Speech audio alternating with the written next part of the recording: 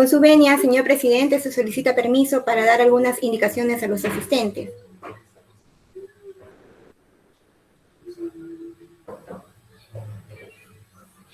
Señoras y señores, tengan todos ustedes muy buenas tardes. En forma previa, se invita a todos los participantes a visitar las redes sociales de nuestra Corte. Nos encontrarán en Facebook como Corte Superior de Justicia Puente Piedra Ventanilla, en Twitter como @Corte Superior de Puente Piedra Ventanilla y en el canal de YouTube como Corte Superior de Puente Piedra Ventanilla. Invitamos a todos ustedes a dar like y suscribirse a las redes sociales de la institución para que puedan tener acceso a nuestras publicaciones, notas de prensa, eventos de capacitación y otros temas de interés respecto al trabajo que realiza el Poder Judicial. Asimismo, se informa que este magno evento está siendo transmitido a través de Facebook Live. En forma breve se brindará algunas instrucciones para el evento. Se les invita a mantener los micrófonos apagados a fin de no presentar interrupciones durante la transmisión. El moderador indicará a partir de qué momento se habilitan los registros de entrada y salida en uso de chat de la videoconferencia, debiendo consignar los nombres completos y el correo Gmail. Los participantes que deseen formular preguntas pueden hacerlo escribiendo a través del chat a fin de dar lectura a nuestra expositora. Al término del evento se solicitará a los participantes que activen sus cámaras para recoger las fotografías de la nota de prensa y corroborar su conexión, debiendo realizar el enfoque tipo selfie para recoger buenas imágenes en la foto grupal, evitándose enfocar el techo u otro espacio. Con su venia, señor presidente, se solicita permiso para dar inicio al evento. Muchas gracias, señor presidente. La presidencia de la Corte Superior de Justicia Puente Piedra Ventanilla les da la bienvenida a la conferencia magistral Avances y Desafíos Decreto Legislativo 1384, organizado por la Comisión Distrital de Acceso a la Justicia de Personas en Condición de Vulnerabilidad y Justicia en tu Comunidad. Saludamos la presencia de la Sala de Honor integrada por la señora doctora Elvira María Álvarez Olazábal, jueza suprema integrante de la Primera Sala Constitucional y Social, presidenta de la Comisión de Justicia de Género del Poder Judicial e integrante de la Comisión de Acceso a la Justicia del Poder Judicial. Al señor doctor Flaviano Ciro Llanos Laurente, presidente de la Corte Superior de Justicia de Puente Piedra Ventanilla. Al señor doctor Jorge Luis Pajuelo Cabanillas, juez superior titular de la Corte Superior de Justicia de Puente Piedra Ventanilla y presidente de la Comisión Distrital de Acceso a la Justicia de Personas en Condición de Vulnerabilidad y Justicia en tu Comunidad. Acto seguido, invitamos al señor doctor Flaviano Ciro Llanos Laurente, presidente de la Corte Superior de Justicia Puente Piedra Ventanilla, quien brindará las palabras de bienvenida en este magno evento.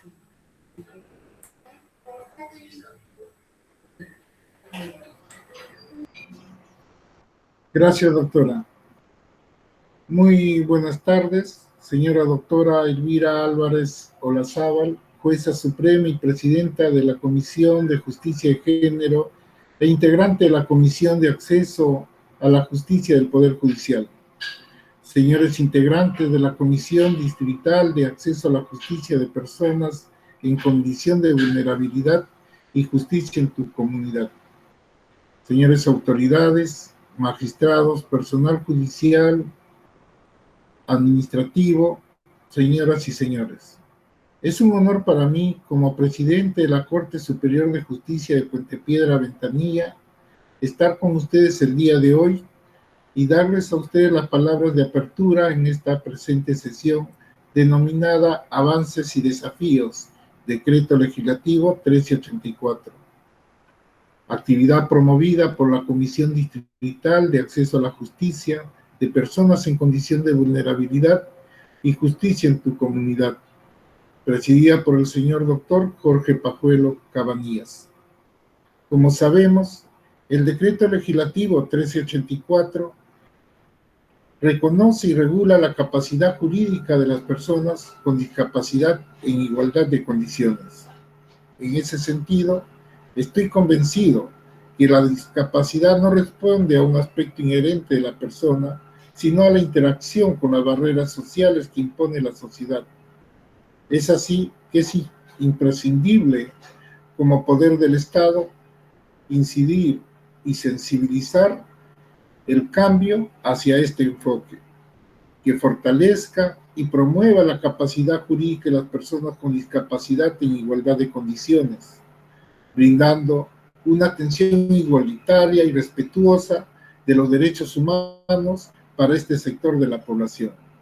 Quiero agradecer en forma especial a la señora doctora Elvira Álvarez Olazábal, jueza suprema, por su colaboración para el desarrollo de este evento, el que además de sensibilizarnos, contribuirá al perfeccionamiento y reforzamiento de conocimientos y desarrollo profesional de los señores jueces, trabajadores judiciales y administrativos de nuestra jurisdicción.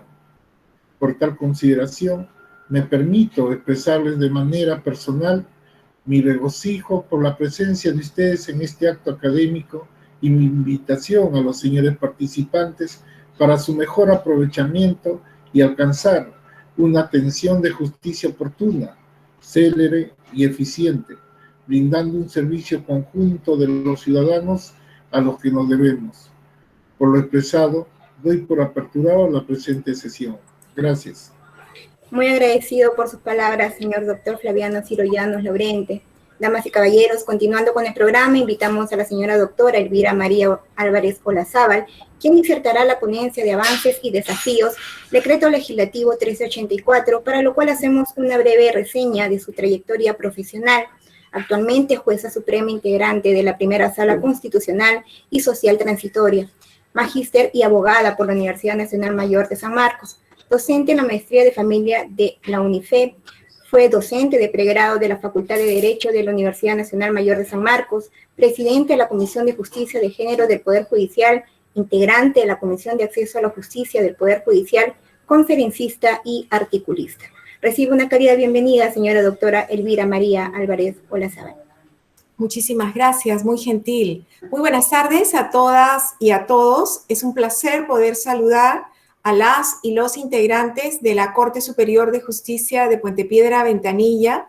En especial, un saludo muy fraterno al doctor Flaviano Llanos, presidente de esta Corte, al igual que a mi estimado colega, el doctor Jorge Pajuelo, y agradecerles por la invitación formulada a esta servidora, quien se siente muy complacida de poder estar esta tarde compartiendo algunas reflexiones sobre una temática que nos concierne a todas y a todos.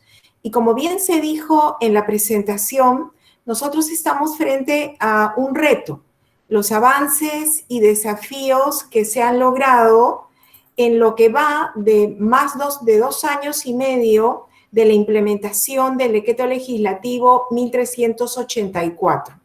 Entonces, concordaremos todas y todos que al inicio, en efecto, fue siempre un cambio importante en el Código Sustantivo Procesal, la Ley de Personas con Discapacidad, y sobre eso, y un poco para ver cómo hemos ido avanzando, vamos a ir dialogando esta tarde. Y voy a recibir las preguntas que tengan a bien formular vía chat. Recordaremos en inicio que hablamos de una protección prioritaria, es decir, estamos frente a lo que requieren grupos en situación de discriminación histórica, como ha sido penosamente el tratamiento social a la problemática de personas con discapacidad. Esta ha sido excluida, víctima de prejuicios, además violentada en cuanto a sus derechos, se otorgaba una representación incluso sin preguntarles si estaban de acuerdo. Entonces hoy estamos frente al desafío permanente de la Convención Internacional de Derechos de las Personas con Discapacidad. Debemos adoptar medidas inmediatas para prevenir, reducir y eliminar las condiciones y actitudes que han venido generando o perpetuando esta discriminación. El primer instrumento que nos va a servir como alianza importante para seguir construyendo una mejora en cuanto al perfeccionamiento de atención y la expectativa generada desde el sistema de justicia hacia personas con discapacidad son nuestras reglas de Brasilia. Tenemos un texto actualizado, como todas y todos recordaremos, desde Quito, Ecuador, en el 2018, la Asamblea Plenaria de la Cumbre Judicial. Entonces recordaremos que son 2 reglas, la 7ª y la 8ª, que nos definen qué debemos entender por discapacidad. Y se ha mencionado que efectivamente es esta interacción entre las deficiencias físicas, psicosociales, intelectuales o sensoriales y las barreras que se generan en el trato en sociedad. Es decir, no es la deficiencia por la deficiencia, sino la respuesta que se genera en la sociedad, cuáles son las prácticas. Y para esto, las reglas nos recuerdan que puede tratarse de una situación permanente o temporal, pero igual con las limitaciones o impedimentos que le generan. Entonces, la regla 8 detalla que nosotros, los estados parte y el sistema de justicia, debe conocer y establecer todas las condiciones de accesibilidad que garanticen en particular su derecho como población vulnerable a acceder a la justicia. Y no solo se trata de un servicio diferenciado, sino un servicio de calidad, donde el reconocimiento, el respeto a su autonomía, a su capacidad de actuación, a buscar la comprensión de ellos, de cómo transcurre un proceso en caso necesiten ellos acceder al sistema, entonces también sean gracias a mecanismos y medios tecnológicos que se pongan a su disposición. Estamos hablando de más o menos 3.051.612 personas a nivel nacional, el 10,4% de la población peruana, y esto con base en el INEI y el último censo del 2017. Y dentro de ese gran grupo, un 10%, está un 57% de mujeres y un 43% de varones. ¿Y por qué señalo la diferencia en cuanto a los grupos por sexo? Porque como ven en este segundo cuadro, cuando reflexionamos cuál podría ser esta necesidad del acceso a la justicia de personas en condición de vulnerabilidad por discapacidad, evidentemente lo que tenemos es un grupo diferenciado. No es lo mismo la violencia que padecen las mujeres en general y las mujeres con discapacidad en particular que la situación de los varones. ¿Por qué digo esto? Porque como ven en esta otra diapositiva y con base en el Observatorio Nacional de la Violencia contra la Mujer e IGF, efectivamente diría una persona que vea las cifras y los porcentajes, diría, bueno, 1.759 casos frente a 194.000 y un poco más de las personas sin discapacidad, pero es que no se trata de ver la cifra fría, sino la consecuencia que a estas personas, por su especial condición de vulnerabilidad, impacta de por vida. Y si no, veamos cuáles son los perfiles de las víctimas y el vínculo relacional con los agresores de personas con discapacidad.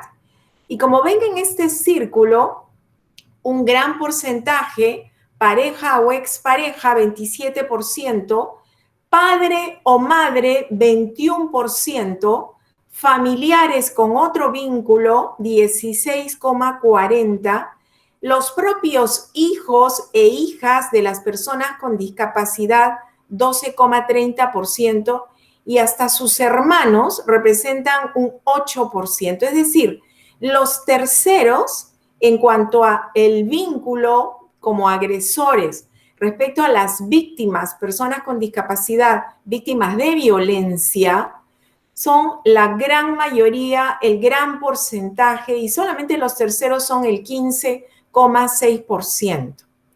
Entonces, este último cuadro que presento también desde el observatorio y que está basado en la estadística de los casos atendidos en los SEMS de los años 2017 y 2018 y distribuidos por grupos etarios, entonces van a ver ustedes que efectivamente las cifras son reveladoras y hasta escalofriantes de lo que puede significar la agresividad que reciben de sus propias familias.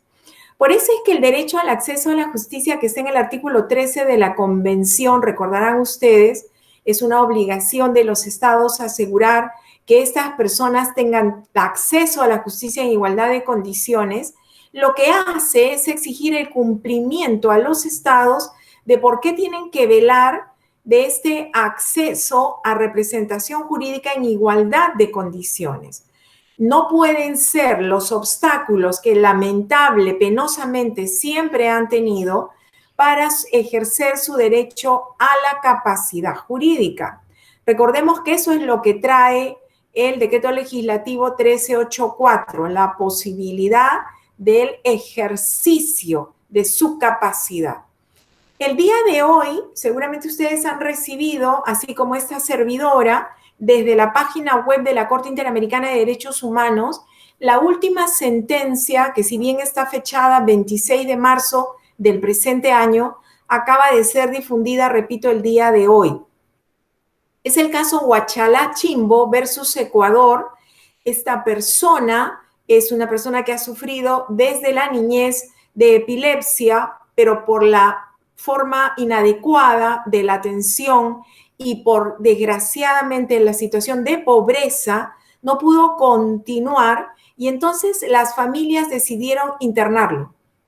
Esta persona desaparece, es una desaparición absolutamente injustificada y por eso la Corte Interamericana hace hincapié en que el hospital psiquiátrico en el cual fue ingresado por la familia y donde se produjo la subsecuente desaparición, está demostrando la responsabilidad, la negligencia no solamente de la institución psiquiátrica, sino también desde el Estado, que no tiene un adecuado tratamiento y supervisión a lo que sucede, porque incluso la investigación por esa desaparición no tuvo resultado pese al habeas corpus que se presentó. El caso es ese, pero lo que extraemos para la temática de nuestra intervención hoy día es por qué esta capacidad o discapacidad es una capacidad que necesitan las personas, ojo, porque es una categoría protegida por el artículo 1.1 de la Convención. La Corte ha establecido que todos los tratados de derechos humanos, como recordaremos, el Corpus Juris Internacional, son instrumentos vivos, van avanzando. La interpretación tiene que acompañar la evolución de los tiempos. Entonces, específicamente para personas con discapacidad, lo que se busca es que cuando interpretemos la condición social, elegir la alternativa más favorable a la tutela de sus derechos, tenemos que buscar enraizar nuestra decisión y, por supuesto, la interpretación en todos estos avances, porque tanto la Convención Internacional como la Convención Interamericana para erradicar todas las formas de discriminación contra las personas con discapacidad que presenten esta deficiencia, sea física, mental o sensorial, naturaleza permanente o temporal, requerimos nosotros que los principios rectores, base cierta para cualquier resolución, tomen en consideración el respeto a su dignidad, a su autonomía, recordar que han vivido situaciones de discriminación absolutamente injustificadas y de allí la simbiosis perversa entre discriminación y violencia, y por eso se requiere efectivamente de puentes que permitan que ellas participen, porque necesitamos superar las barreras que han ocasionado que además hayan sucedido casos como el que hoy está sentenciando la Corte Interamericana. No se trata simplemente de barreras físicas, sino también actitudinales, socioeconómicas, de comunicación. Esto lo recuerda muy bien el Comité Monitor en la observación general número 1 sobre el artículo 12 de la Convención. Y hablamos entonces de los apoyos. El término engloba arreglos oficiales y oficiosos y de distintos tipos e intensidades, porque las personas con discapacidad pueden escogerlos, pueden ser uno o más, pero la idea es que sean precisamente el soporte para actuar conforme a su capacidad jurídica y tomar determinados tipos de decisiones. Pueden ser medidas relacionadas a la accesibilidad, pero también para los propios actos jurídicos, porque ahora nosotros tenemos la obligación de proveer de estas condiciones para que ellas puedan ejercitar sus derechos a plenitud en igualdad de condiciones. Si es así, entonces recordaremos que el 1384, cuando modifica nuestro Código Civil, señala en el 659b que el apoyo es libremente elegido para facilitar el ejercicio de cualquier tipo de actos que produzcan efecto jurídico. Y efectivamente pueden ser personas naturales o personas jurídicas sin fines de lucro o instituciones públicas.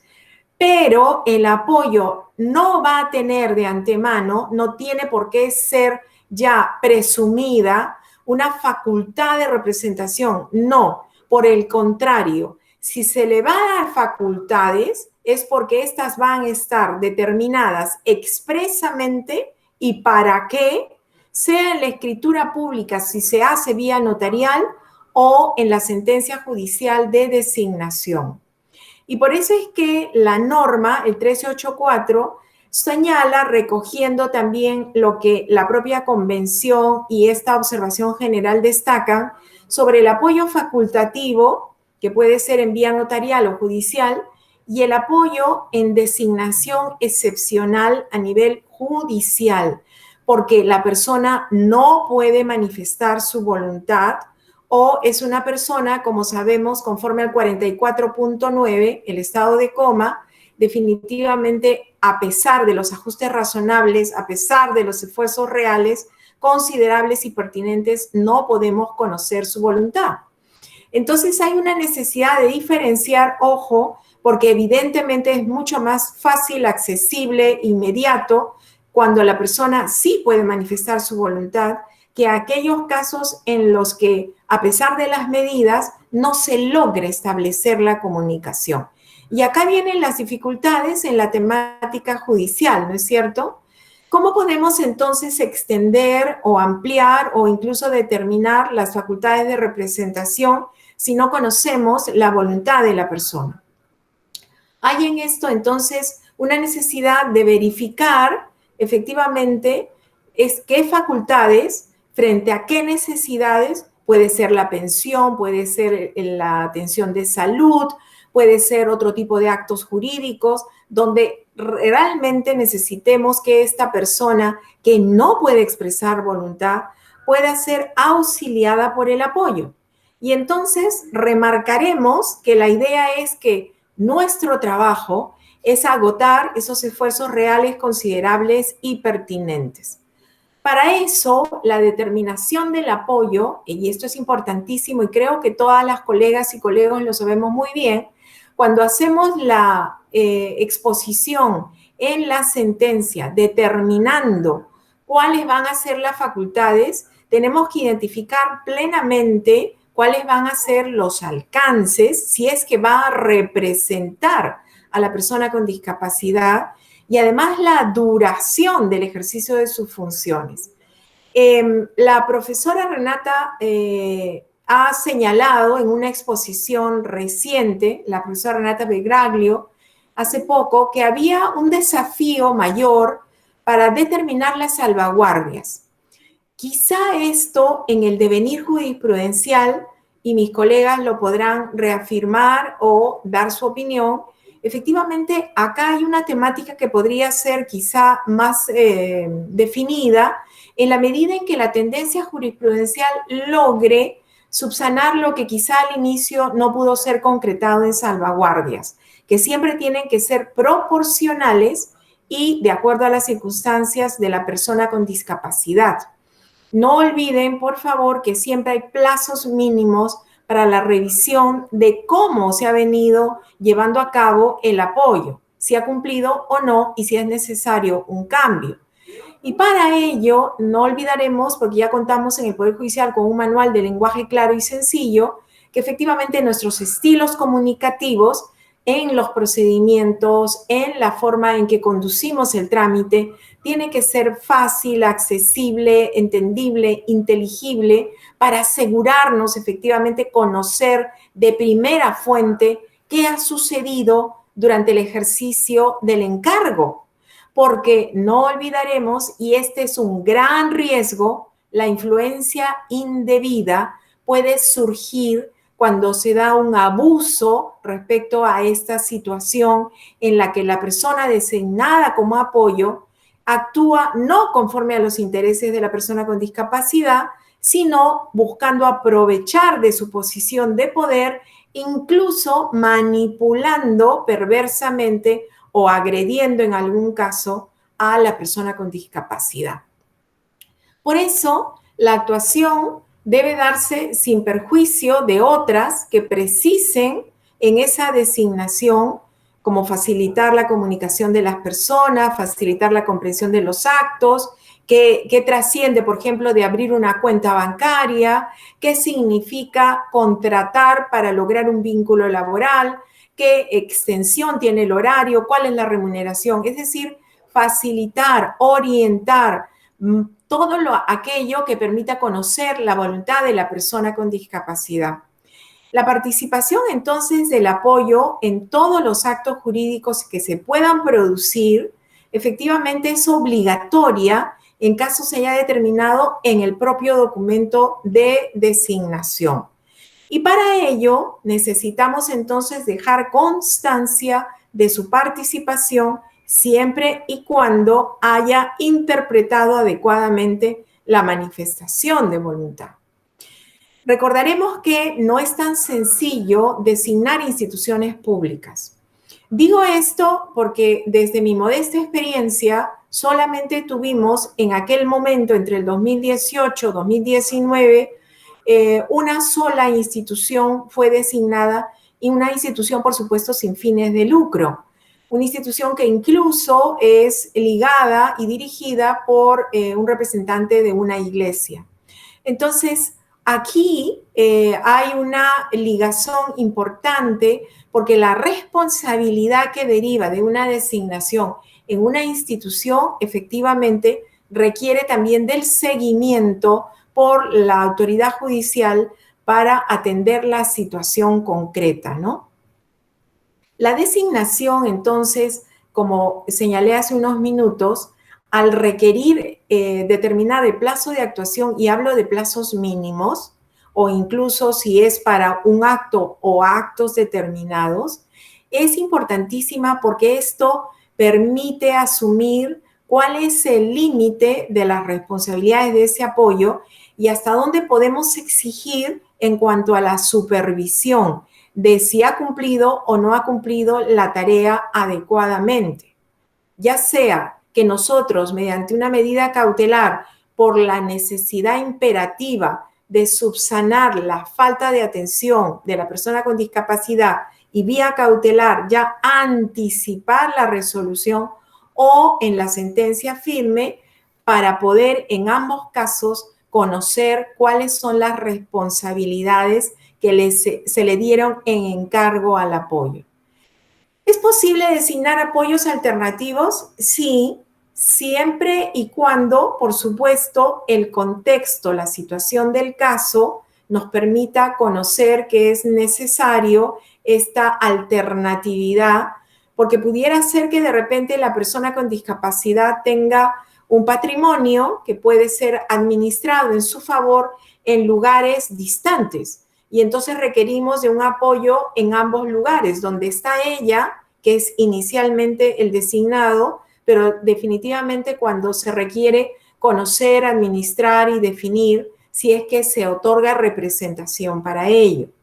Entonces, junto con esta designación de apoyos alternativos, hay que reconocer y ser muy cautas y cautos en su momento que hay personas que definitivamente están excluidas de cualquier posibilidad de designación.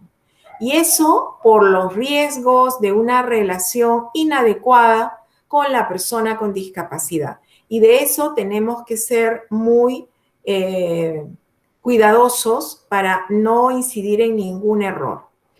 Recordaremos que tenemos la resolución administrativa que permitió que la institución lograra, gracias a la intervención de las y los jueces, porque esto fue un consenso, el instrumento que es el reglamento de transición se logró por la intervención tanto de juezas y jueces como de instituciones de la especialidad.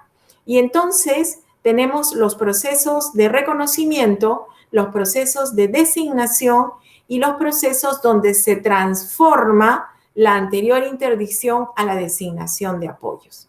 Entonces, viendo estos tres tipos de procesos, recordaremos que en cuanto a la designación, la solicitud debe cumplir con todas las disposiciones, tanto sustantivas como procesales, para que vía el proceso no contencioso, sea el juzgado especializado o sea el mixto, efectivamente esta competencia determine el procesamiento. Y en nuestro reglamento de transición se señalaba que el juez competente, de acuerdo a nuestra propia ley orgánica, efectivamente los jueces y juezas iban a tramitarlo como proceso no contencioso, tanto en la especialidad familia como mixtos. Pero yo quiero acá comentarles que el Código Civil Argentino, Civil y Comercial del 2015 de Argentina, señalaba claramente que en la restricción al ejercicio de la capacidad jurídica de las personas se regía por estos literales, lo que ven ustedes en la diapositiva. Es decir, cualquier persona con discapacidad no puede hoy ser vista como una persona que no puede ejercer sus derechos a plenitud. Al contrario, presumimos su capacidad. 2, cualquier limitación es ahora vista desde el modelo social como una excepción. La regla es que su capacidad es amplia como cualquier otra persona. Y hay algo importantísimo que no olvidaremos: la intervención siempre tendrá carácter interdisciplinario. Por eso es que nos interesa mucho remarcar la colaboración, la posibilidad de interactuación de la persona con discapacidad y todo lo que significa el trámite del proceso, conociendo, gracias a la intervención de nuestros equipos interdisciplinarios, cuáles podrían ser los ajustes razonables, los ajustes de procedimiento y qué vías para decidir lo mejor para esas personas. Porque ellas tienen derecho, como dicen en esos otros literales, el Código Civil y Comercial Argentino, a recibir toda la información necesaria, a participar en el proceso con asistencia letrada, y esta, por supuesto, en Argentina, acá contamos con una diferencia de lo que podrían ser las tareas desde el MINJUS para la defensa pública, y priorizar las alternativas terapéuticas menos restrictivas a los derechos.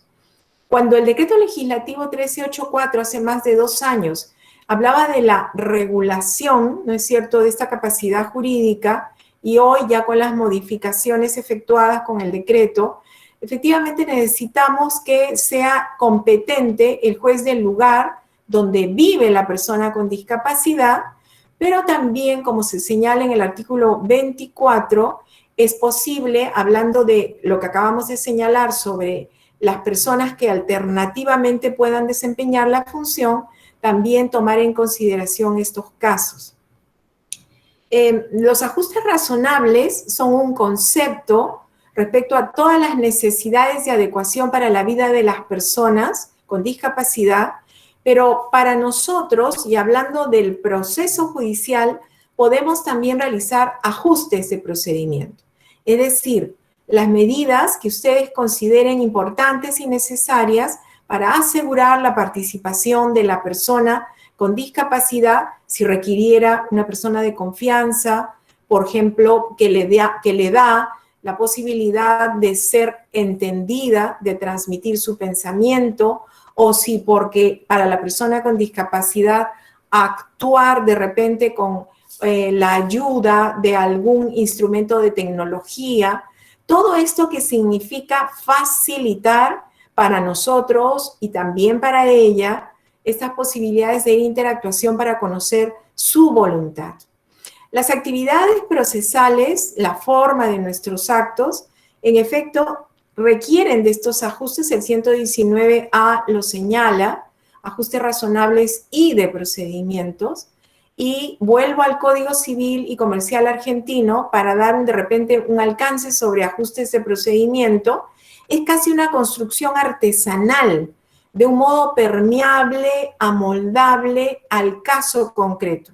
Y digo artesanal porque en la medida en que sea construida caso por caso, efectivamente será mucho más eficaz, dejando de lado cualquier ritual, cualquier forma que a veces uno se ajusta mucho a las formalidades. Por el contrario, acá hay que verlo desde el modelo social y la necesidad, porque para nosotros es un deber, además, como dice el artículo 845, realizar todas estas modificaciones y adecuaciones.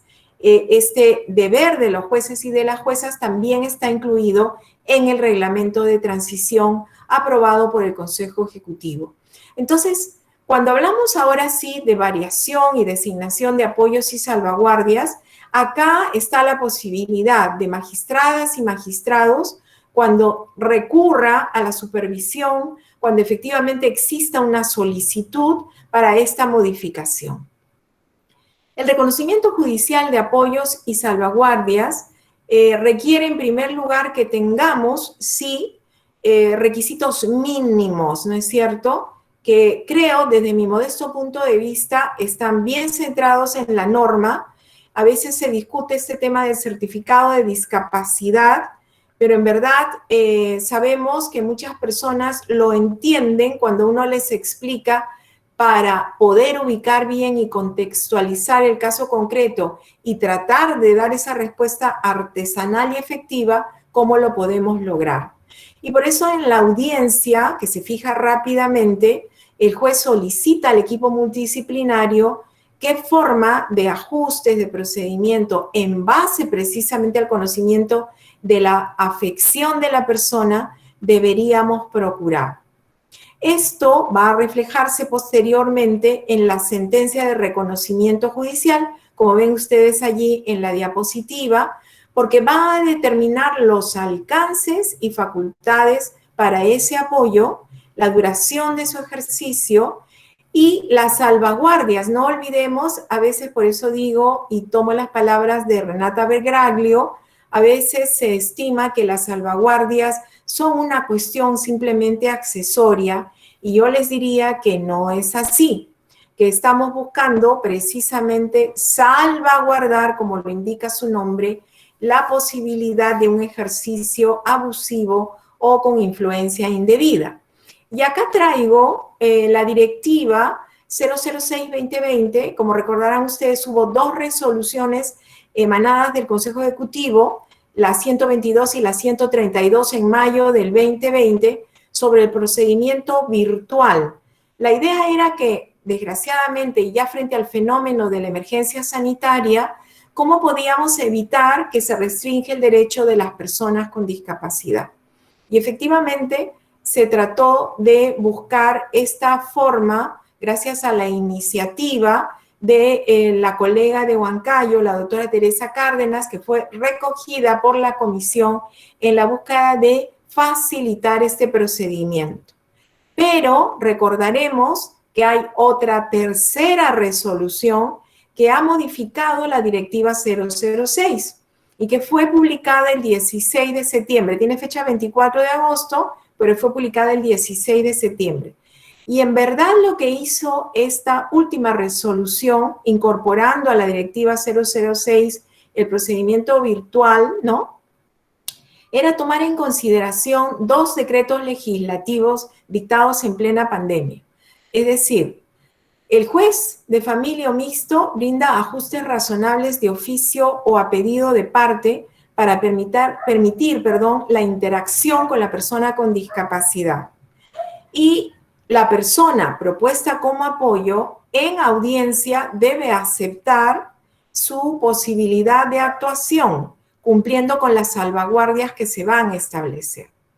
Estos dos decretos legislativos que motivaron este cambio en septiembre son el 1468 y el 1474, que incorporan a nuestra ley de personas con discapacidad estos artículos en las disposiciones complementarias modificatorias sobre la garantía de seguridad y protección de servicios básicos, respetando el ejercicio de capacidad jurídica de las personas con discapacidad y la obligación de los 3 niveles de gobierno, sobre todo en el contexto de emergencia.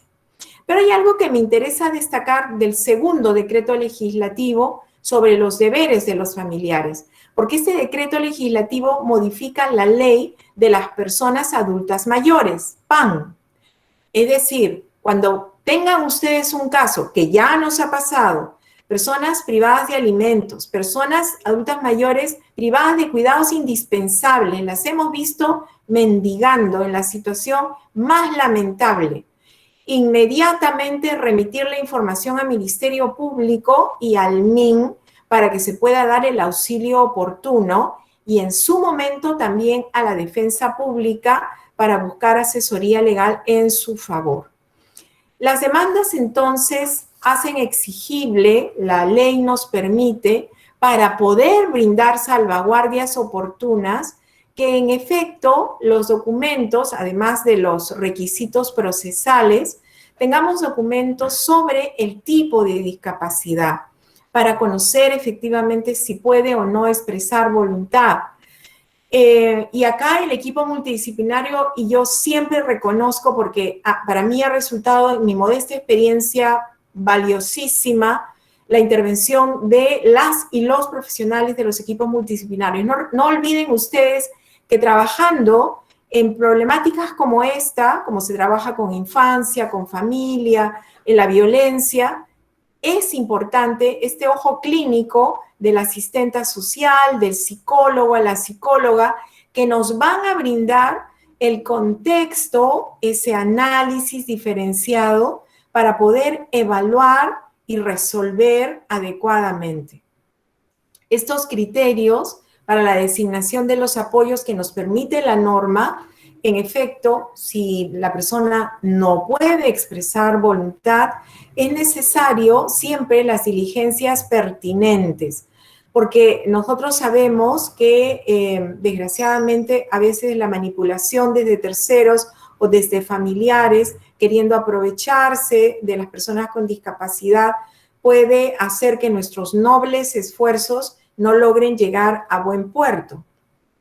Por eso, importantísimo, repito, que en la sentencia se decante adecuadamente alcances y facultades del apoyo y estas salvaguardias que siempre serán proporcionales al contexto y situación específica. No olvidarán ustedes que la revisión nos permite evitar lamentables situaciones de abuso, de manipulación. Yo creo necesario siempre recalcar esto por la responsabilidad que la autoridad judicial asume. Es necesaria esta revisión, efectivamente, en plazos establecidos. Uno dice, tienes tanta carga, y yo lo reconozco, la carga procesal es enorme, pero creo que esto no debe ser soslayado. Recordarán ustedes que pueden haber más de una causa justificada cuando una persona pide esta revisión. Que pueda ser igualmente impugnada la designación, está efectivamente previsto para una persona que tenga legítimo interés, o sea, no un tercero, no cualquier persona, sino una persona con legítimo interés. Y esto sabemos nosotros de sobra que va de la mano con analizar, decantar, filtrar aquellos casos de exclusión de personas que han sido condenadas, ya sea por violencia de todo tipo o específicamente también la violencia sexual. Una vez más, recuerdo el Código Civil de Argentina y esta impugnación la hace allá el Ministerio Público. Es decir, no permiten que sea cualquier persona del pueblo, como está expresado allí, sino el representante del Ministerio Público. En nuestro caso, se señala una persona con legítimo interés. Y sobre la consulta, y voy a resumirlo, efectivamente acá está el Pleno Jurisdiccional Nacional Civil de Familia, que se produjo el año pasado con participación de 145 jueces superiores de 34 distritos, quienes acordaron por mayoría elevar en consulta solo aquellas sentencias donde se trate de una designación excepcional, es decir, los que no pueden expresar su voluntad. Esta servidora está de acuerdo porque efectivamente necesitamos aligerar los trámites, no tenemos por qué recargarnos. Este último apartado, si me permiten, es sobre salvaguardias y acá voy cerrando para luego recibir sus preguntas. Es sobre las medidas que debemos adoptar efectivamente para salvaguardar, como lo indica su nombre, los intereses de la persona con discapacidad. Que el apoyo actúe conforme al mandato encomendado y que se asegure ninguna interferencia vía la influencia indebida ni abuso en el ejercicio de poder. ¿Por qué? Porque desgraciadamente sabemos que puede suceder que solo guíe el interés del apoyo mal, un interés económico o un interés subrepticio. Por eso la determinación es obligatoria de la salvaguardia, siempre proporcional, siempre mínima, es el plazo para la revisión, y obligatoriamente, si hay patrimonio, realización de auditorías, rendición de cuentas. Por supuesto, puede ser inopinada la supervisión o programada, pero se puede pedir información a todas las instituciones para asegurar que efectivamente el cumplimiento de la tarea, el encargo o el mandato se ajuste a lo que fue la disposición de la judicatura. Solamente quiero recordar que es posible aún, gracias a esta segunda disposición complementaria final, esta restitución de capacidad de personas que anteriormente fueron interdictadas. Y creo que esto va precisamente en pleno acuerdo con lo que significa la tarea de implementación de la nueva norma. Muchísimas gracias por su atención. Muy agradecido por su excelentísima ponencia, señora doctora Elvira María Álvarez Olazábal. A continuación procedemos a las preguntas formuladas por los asistentes. Sí, permítame, por favor, doctora Elvira Álvarez. Muchas gracias. Sabemos que su apretada agenda, que tiene ahorita una actividad inmediata, así que voy a hacer una pregunta así cortita y puntual. En el antiguo proceso de interdicción que apuntaba a la designación de un curador, desde el inicio del proceso, el juez nombraba un curador procesal para defender los intereses de esta persona, del presunto interdicto. Hoy por hoy, con el nuevo modelo del proceso o el procedimiento regulado en el decreto legislativo en cuestión, ¿se necesita nombrar un curador procesal? ¿Ya no es necesario? ¿Cuál sería el camino? Ya no es necesario, porque nosotros partimos de la idea de la capacidad que se presume y por lo tanto decimos que la persona lo que está tratando es de abordar la posibilidad de una representación, de un apoyo para determinados actos jurídicos. Entonces, ahora requerimos de un trámite mucho más ligero, más de reconocimiento o partiendo del reconocimiento de esta capacidad jurídica en la que la persona efectivamente pueda trasladar su voluntad sin ningún intermediario. Muy agradecidos por la respuesta, señora doctora Elvira María Álvarez Olazábal. Acto seguido invitamos al señor doctor Jorge Luis Pajuelo Cabanillas, presidente de la Comisión de Acceso a la Justicia de Personas en Condición de Vulnerabilidad y Justicia en tu Comunidad, para la entrega del certificado expedido por la Corte Superior de Justicia Puente Piedra Ventanilla a la señora doctora Elvira María Álvarez Olazábal en agradecimiento a la ponencia Avances y Desafíos, Decreto Legislativo 1384, a los señores magistrados y a los asistentes que nos acompañan el día de hoy. Bien, muchas gracias. Buenas tardes todavía. Más de 300 personas inscritas deja mucho del poder de convocatoria que tiene nuestra Corte Superior de Puente Piedra y Ventanilla y deja ver también la alta expectativa que ha generado la presencia el día de hoy de nuestra invitada, de nuestra expositora, la doctora Elvira Álvarez Olazábal. Y estoy seguro que estas expectativas han sido de sobra colmadas porque nos ha demostrado nuevamente su conocimiento y sapiencia en el tema que hoy nos ha develado acerca de los desafíos que implica la aplicación del Decreto Legislativo 1384.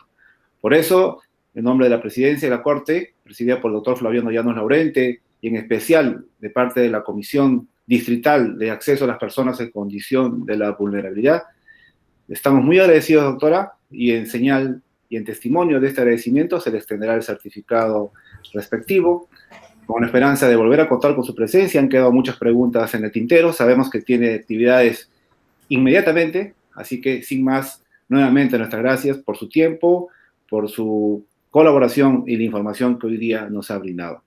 Y sin más, agradezco también, de paso, a todo el personal que nos apoya en la Comisión Distrital de acceso a las personas en condición de vulnerabilidad. Y, por supuesto, como siempre, a todas las personas que se encuentran conectadas en este momento, que con su apoyo nos motivan a seguir adelante buscando nuevos caminos para brindar mejor acceso a las personas en condiciones de vulnerabilidad. Muchas gracias. Permiso. Muchas gracias. Buenas tardes. Muchas gracias. Doctora. Doctora, ¿nos permite una fotito, por favor? Sí, doctores. Un momento. La última.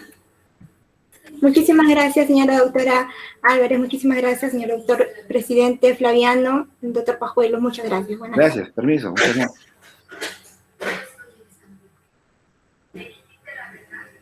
Hasta luego, doctores.